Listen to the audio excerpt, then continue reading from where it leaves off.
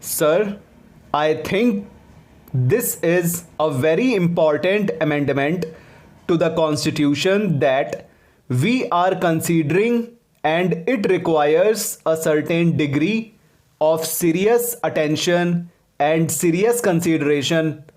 I would like to make five major points. The first point concerns the federal structure of our constitution. I remember that it was very wonderful and very nice to hear my old friend, colleague, somebody with whom I had interacted for more than 2 decades, and somebody with whom I had many a contentious argument, and particularly on this issue as well.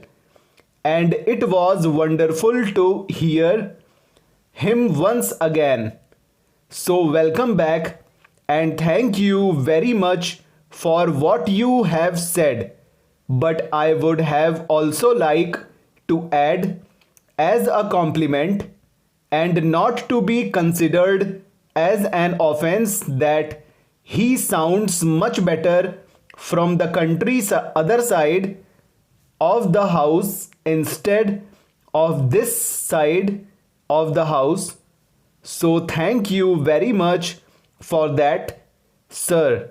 This is an issue on which we have a very serious point. Article 1 of the Constitution of India says India, that is Bharat, is a union of states.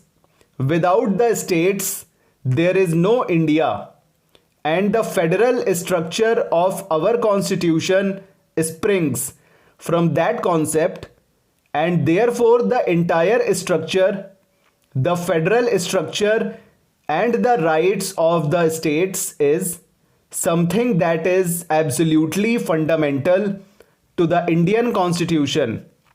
It is that constitution because of which all of us are here and are discussing, and therefore this issue of a general goods tax services were not included at that point of time when the constitution was being debated. What is being talked about was taxes on goods. This is not a new concept that has come up now. It has been going on in our country at least since the Constituent Assembly debates.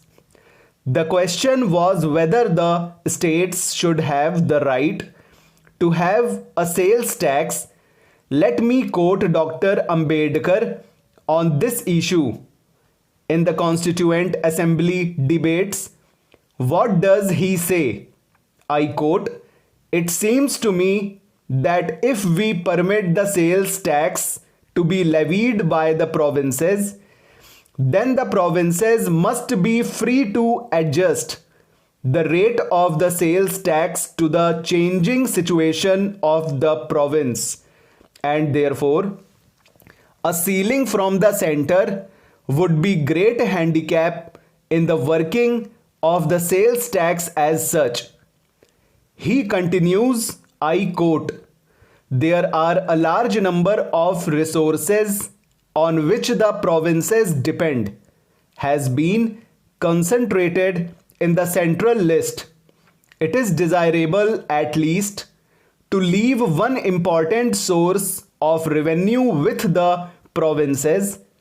Therefore, I think that the proposal to leave the sales tax in the hands of the provinces from that point of view is a very justifiable thing. This issue has been under debate since then. We introduced the VAT in our wisdom. Much of that has been encroached upon.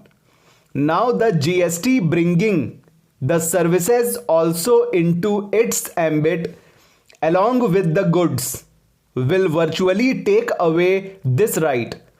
Now, the state governments, which were called the provinces then, not having any right to raise resources from whatever they would consider they are elected. They consider as important for the welfare of the people in those states that will now be prohibited. How are you going to address this issue? I myself told this to the finance minister and he said that at the time when the GST bill comes, this should be addressed. Leaving some flexibility to the states, I will tell you why today. You have the Kerala government from where you come. Sir, the state has imposed a tax called the health tax. It is on your fast food and all these sorts of food items that increase obesity. It is a very noble thought. It has been welcomed internationally. But such rights will not exist after we enact this amendment and the bill subsequently. Take the case of the state where I come from. A tax has been imposed, a surcharge on cigarettes has been imposed to raise revenue to pay for the victims of the Sharda scam. People are being asked to pay for the victims of the Sharda scam. Whatever be that issue, that is a separate issue. Such rights do not exist in case of national calamities. Are we to reduce the elected state governments where from the people of these states come to the center with a begging bowl saying that declare so and so issue as a national disaster and give us certain amount of money? What will be the legitimate rights of the states? And we are the Council of States in this august house. How do we protect the right? That is an important point that needs to be considered, and therefore I would request the finance minister when he replies today to ensure that there is a flexibility of this nature whereby the states do not end up actually coming with a begging bowl to the center in following years later. Full stop, over.